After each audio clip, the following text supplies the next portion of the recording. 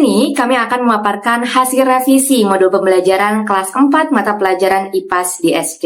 Modul yang akan kami perlihatkan memiliki dua bagian. Bagian sebelah kanan merupakan modul asli dari sekolahnya, sementara sebelah kiri merupakan modul dari hasil revisi kelompok kami. Mari kita bahas satu persatu apa saja perbedaan dan hal-hal yang sudah kami perbaiki dari modul ajar sekolah. Pada bagian pertama adalah pada bagian identitas modul. Pada bagian ini sebenarnya informasi yang tertera sudah sangat cukup lengkap, namun kami melakukan revisi pada bagian alokasi waktu, di mana awalnya pada modul tercantum waktu sebanyak 27 JP, tanpa rincian menit. Kami memperjelasnya dengan menit, di mana kami menyatakan 3 JP setara dengan 105 menit. Revisi ini juga bertujuan untuk memperjelas dan mempermudah guru dalam mengalokasikan waktu selama pembelajaran. Perubahan dari 27 JP menjadi 3 JP ini terjadi karena modul revisi hanya mencakup salah satu kegiatan pembelajarannya saja, sedangkan modul ajar yang dari sekolah itu dibuat untuk 1 semester. Yang kedua, pada kompetensi awal. Nah, pada kompetensi awal ini, modul dari sekolah masih sangat amat bersifat umum. Kami mempersempitnya dan juga menyesuaikannya dengan materi yang diajarkan selama 3 JP tersebut, agar lebih relevan dengan pembelajaran. Yang ketiga adalah bagian dari profil pelajar Pancasila. Nah, pada bagian ini, modul sebelumnya itu mencakup 5 profil pelajar Pancasila, sementara dari yang sudah kami cantumkan hanya tertera 3 saja. Kenapa demikian? Karena kami di situ menyesuaikan dengan hal-hal yang ingin dinilai dan ingin dicapai dari pembelajaran di satu pembelajaran tersebut. Nah, selanjutnya, pada profil pelajar Pancasila juga di modul sebelumnya tertera tanpa penjelasan yang lebih rinci, sementara yang sudah kami revisi, kami menambahkannya penjabaran dengan yang lebih konkret. Contohnya, pada poin bertakwa kepada Tuhan Yang Maha Esa dan berakhlak mulia, kami menambahkan deskripsi bahwa peserta didik memulai pembelajaran dengan berdoa. Penjabaran ini juga bertujuan untuk mencerminkan kegiatan yang relevan dengan profil yang dimaksud. Nah, hal ini juga sama dilakukan oleh poin gotong royong dan juga poin berpikir kritis. Selanjutnya, pada poin keempat, sarana dan prasarana. Nah, modul asli tidak mencantumkan pemanfaatan teknologi. Kami merevisinya dengan menambahkan teknologi yang relevan dengan pembelajaran. Misalnya, seperti penggunaan proyektor, laptop, dan juga video pembelajaran. Kelima adalah poin target peserta didik. Bagian ini sudah cukup lengkap dalam modul asli, sehingga tidak memerlukan revisi. Penjabaran mengenai karakteristik juga sudah tertera dengan baik. Dan terakhir, pada poin ke-6 tentang model pembelajaran. Pada modul dari sekolah hanya tertera pembelajaran tatap muka saja. Namun, kami sudah merevisi, kami menambahkannya dengan penjelasan tentang model, metode, pendekatan yang digunakan, sehingga pembelajaran bisa lebih komprehensif dan lebih terlihat jelas pendekatan, model, atau metode yang digunakan itu apa saja. Yang selanjutnya ialah mengenai kompetensi inti. Pada modul ajar dari guru, tidak tercantum capaian pembelajaran dari kegiatan belajar mengajar. Oleh sebab itu, pada modul ajar yang kami buat, kami telah cantumkan capaian pembelajaran dari pembelajaran IPAS fase B. Yang selanjutnya ialah tujuan pembelajaran. Pada modul ajar dari guru, terdapat 3 macam tujuan pembelajaran, karena dalam satu modul ajar ini membahas mengenai 3 topik. Jadi 3 topik disatukan dalam satu modul ajar. Sedangkan pada modul ajar yang kami buat, kami pisahkan ketiga topik pembelajaran IPAS tersebut.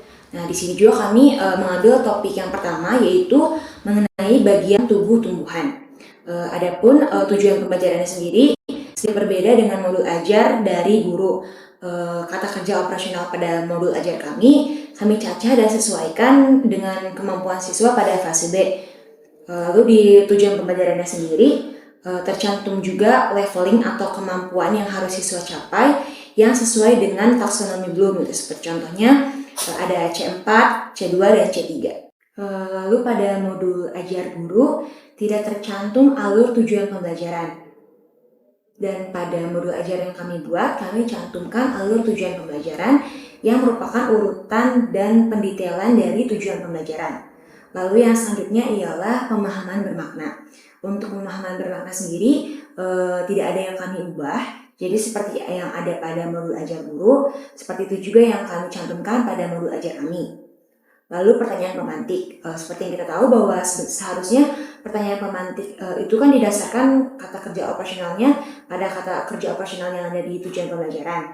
Nah, karena tadi di KKO-nya di tujuan pembelajaran yang kami buat itu ada C2, C4, dan C3, maka pada modul ajar yang kami buat ini, kami sesuaikan juga pertanyaan pemantiknya dengan KKO pada tujuan pembelajaran.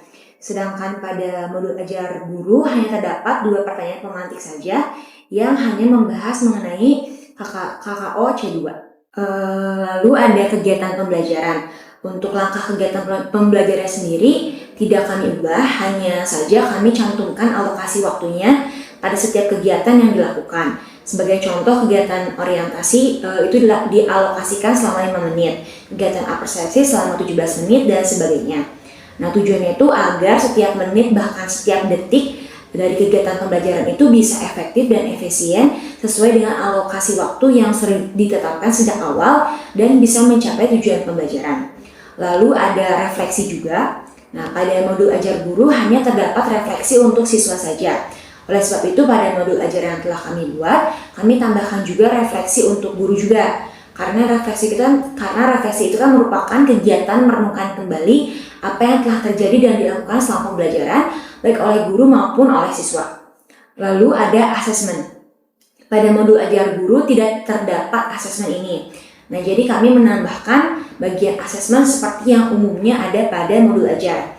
Asesmen di sini itu merupakan rancangannya saja gitu. Untuk penjelasannya nanti terdapat di bagian lampiran. Lalu yang terakhir dari kompetensi inti ialah pengayaan dan remedial. Nah, pada modul ajar dari guru, pengayaan dan remedialnya itu hanya berupa penjabaran atau definisinya saja gitu. Tapi pada modul ajar yang kami buat, kami tambahkan juga hal-hal apa yang harus guru lakukan dalam kegiatan pengayaan dan remedial. Seperti contohnya memberikan soal evaluasi dan sebagainya. Baik, pada modul ajar ini tidak begitu banyak hal yang harus diubah pada bagian lampiran dan juga glosarium. Nah, terlihat pada modul ajar di sebelah kanan itu merupakan modul ajar yang kelompok kami dapatkan dari guru kelas 6 di SDN Panyingkiran 1 yang memang terlihat bahwa cangkupannya cukup luas gitu karena membahas mengenai 3 topik materi. Pertama diantaranya adalah bagian tubuh tumbuhan, lalu proses fotosintesis, dan yang terakhir adalah perkembangbiakan tumbuhan. Nah, maka dari itu di modul ajar yang telah kami perbaiki yang berada di sebelah kiri itu sudah lebih terfokus pada satu topik pembahasan, yaitu mengenai bagian tubuh tumbuhan. Nah, untuk bagian-bagian yang lain juga terdapat sedikit perbedaannya dan telah kami revisi sehingga menjadi modul yang ideal untuk digunakan. Dalam lampiran di modul ajar sebelah kiri, terdapat bahan bacaan untuk guru dan juga peserta didik yang fokusnya mengenai bagian materi tubuh-tumbuhan.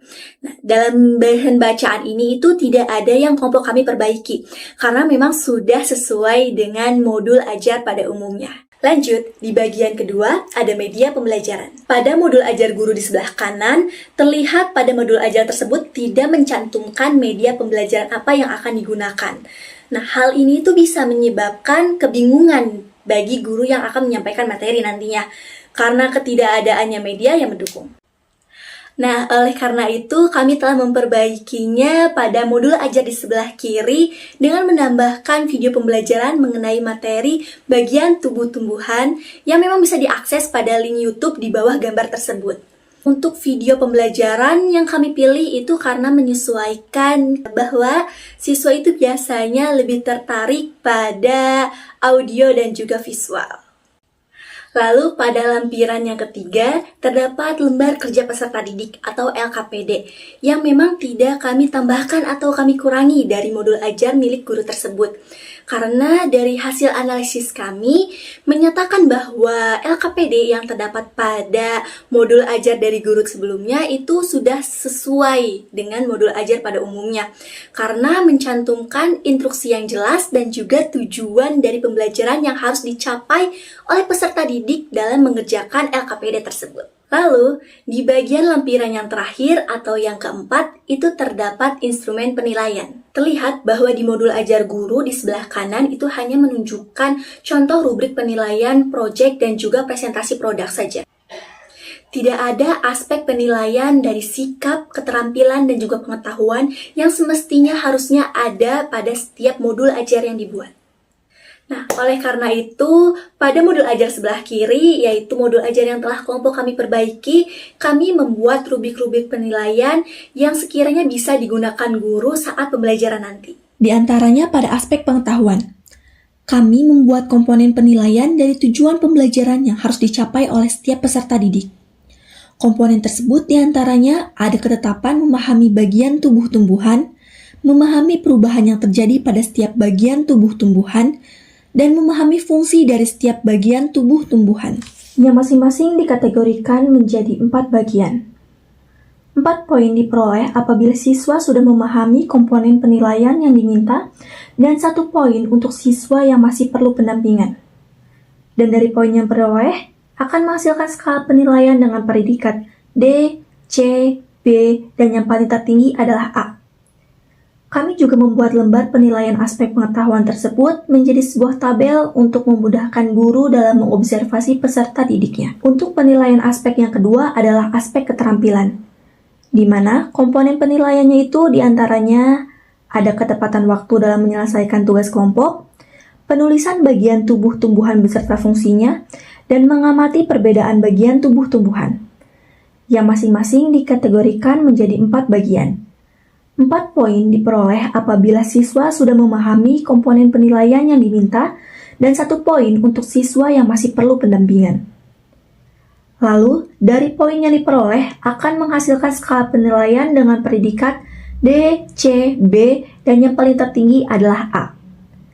Kami juga membuat lembar penilaian aspek keterampilan tersebut menjadi sebuah tabel untuk memudahkan guru dalam mengobservasi peserta didik nantinya. Dan penilaian aspek yang terakhir adalah aspek sikap. Kami membuat komponen penilaian tersebut berdasarkan profil pelajar Pancasila yang tercantum pada bagian informasi umum. Aspek dari profil pelajar Pancasila tersebut diantaranya ada: yang pertama, beriman, bertakwa, dan berakhlak mulia, dengan poin tertinggi adalah 4. Apabila siswa tersebut menunjukkan sikap berdoa sebelum dan sesudah pembelajaran dengan sangat bersungguh-sungguh. Dan poin 1, apabila siswa tidak menunjukkan sikap berdoa sebelum dan sesudah pembelajaran.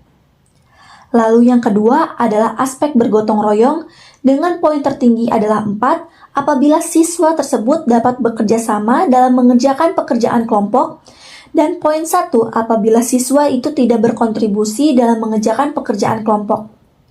Dan yang terakhir adalah aspek bernilai kritis, dengan poin tertinggi adalah 4 apabila sangat menyimpulkan, membuat penjelasan lebih lanjut, dan mengatur strategi serta taktik.